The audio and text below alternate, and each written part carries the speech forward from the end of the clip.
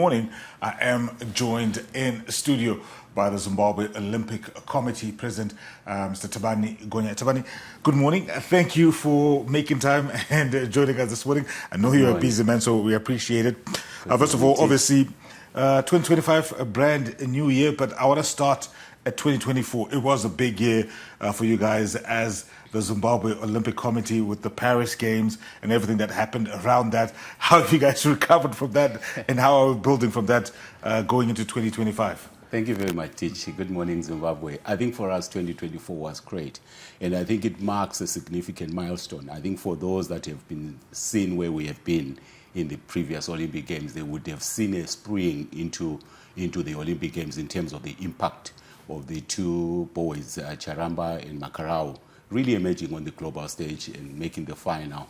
And for us, we take that as something that gives us a positive trajectory going forward, and also it lays a foundation of what we can build going forward. So I look at 2024 as some point of recovery and a first, what I would call a milestone in terms of where we want to go. But that shows exactly with that we have a foundation we can build in for 2025 and going forward. And already, I think you have seen the foundations of 2025 with the two boys really coming out very strong in the world right now. All right. And obviously, I mean, just looking at 2025 and starting on a positive note, I don't understand you. You were recently elected the Vice President of the Association of National Olympic Committees of Africa, ANOCA. That's for Zone 6. This is the body that represents national Olympic committees from across the continent. First of all, congratulations on that. But what does that mean for you and for the Olympic Committee from Zimbabwe in terms of you being put in that position? Thank you very much. I think for me, it's one recognition in terms of what I bring into sport, particularly for Zimbabwe Olympic family and also for Zimbabwe and also in the region in terms of what we're trying to do, the message we are putting in there and what we believe sport should be all about. And I think for those that will know, I want to say athlete first before the administrator, because all we do is serve our members and make sure that we give them the platform to shine and really be successful. So when we speak about the regional coordination, cooperation, and espousing the Olympic values and Olympism, and also promoting all the aspects that speak about the gender safeguarding, for us, that's the role of the regional body, which really represents the Olympic family in the 10 countries that you spoke about. So our role will be really to ensure that we give that platform, and my role particularly is to provide leadership in the region in terms of really getting our athletes to be winning. And that's really basically what that role entails. And I'm very excited about it. I'm very excited about our young athlete who can then look up and say, there is hope that we can provide and platforms we can provide. No, I mean, you look at that Zone 6, especially of ANOCA, we're talking about ourselves, Zimbabwe, we're talking about South Africa, Namibia, Botswana, Lesotho, Swaziland, Mozambique, Angola, Malawi, and Zambia. What are some of the lessons that as Zimbabwe, as a country, we can take from that, or you're hoping that, you know, you can draw from that, and what else you can, or what we can feed into them as part of this regional body? What we can learn is that countries like Botswana, countries like Zambia, countries like South Africa, they found their niche in terms of which sports codes and which events they are very strong. And Botswana have traditionally been very strong in the sprints, particularly the 4x4. So you saw one of their boys medaling and winning 2 medals in the Paris Olympic Games. And then Zambia, they also came in with their 400 runner who actually placed there. And the relays, I think, in the region looked at that they were very strong.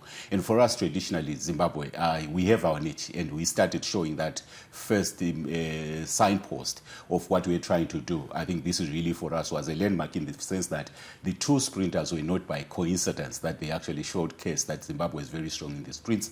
And we take the lessons that we're learning and we are also talking within the regional body. Let's focus on the places that we are very strong. Let's strengthen each other. Let's find ways of collaborating and being able to build the region and be at the top in terms of medaling and winning. So the sprinters, I think, as I said, that's our niche. The relays is our niche. The marathon is our niche. We know that the jumpers, the high jump, long jump, and triple jump have been our niche. So we would want to focus more on our niche areas in Zimbabwe and support our athletes on a focused, deliberate support and not the short term, but also take the stakeholders to actually see what we are trying to do. People will always say, show me what you are saying.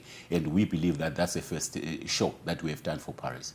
And maybe in terms of maybe zoning in on that support, what are you guys, as I know obviously this is just the early days of your tenure, what are you, what kind of support do you think maybe like with a country like Botswana, which has produced, world-class sprinters, and us as well, also coming onto the scene, what kind of support do you, or exchange programs do you think can happen between the different countries that can uplift various Olympians? What we basically looking at is sport right now is based on sports science.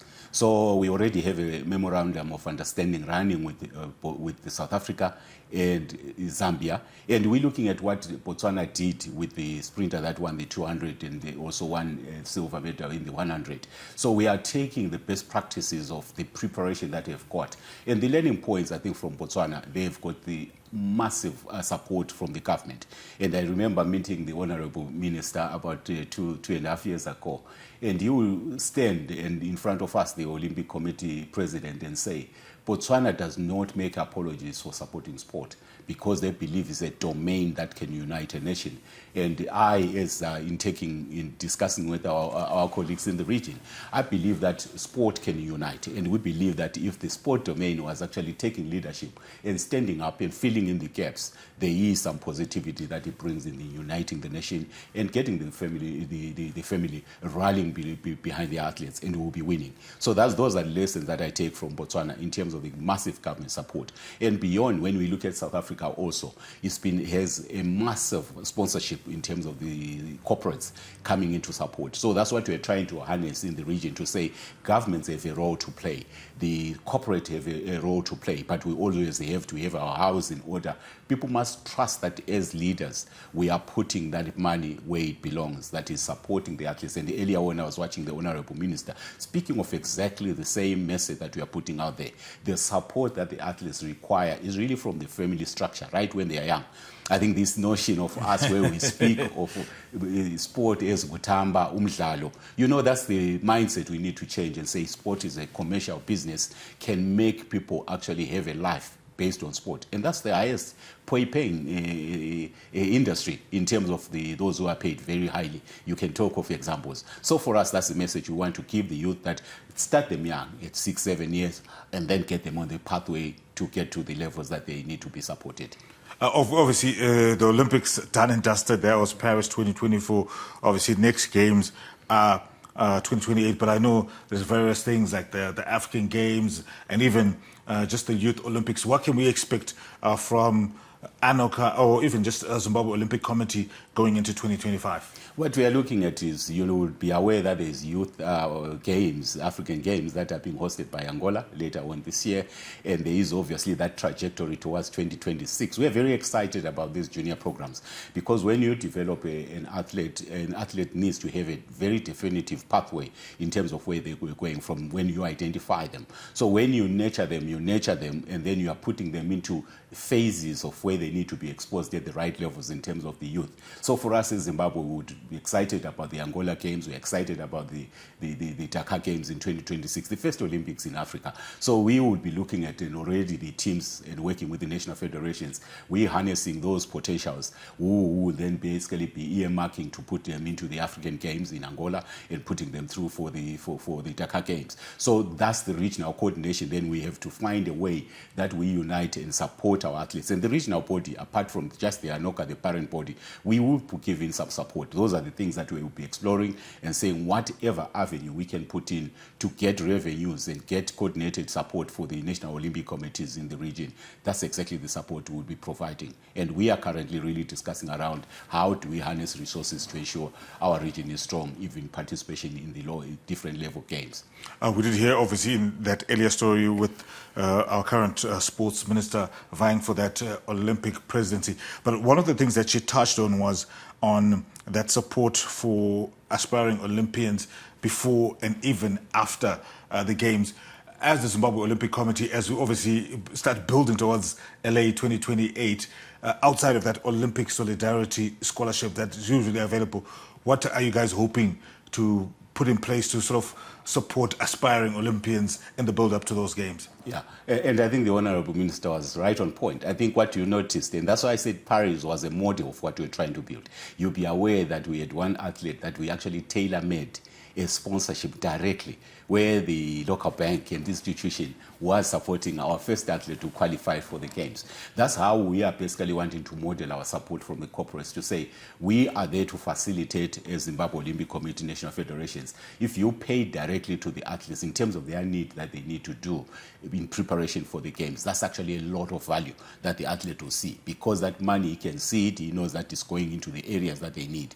That's how we want to model it in Zimbabwe and model it in the region, to say the sponsorship does not necessarily have to go to a national federation. If you don't believe that it will go into good use, we encourage those direct support to the athletes, to the teams. We can facilitate. Even if we are involved, I think we did also sign a tripartite with the Netball Federation, with the same institution, where we can come in as the Zimbabwe Olympic Committee, where they believe that the Zimbabwe Olympic Committee needs to be involved. We signed that as a tripartite. So that's the model that we really would want to go, to ensure that our athletes, we support them from young. Again, I emphasize the point. The parents are critical.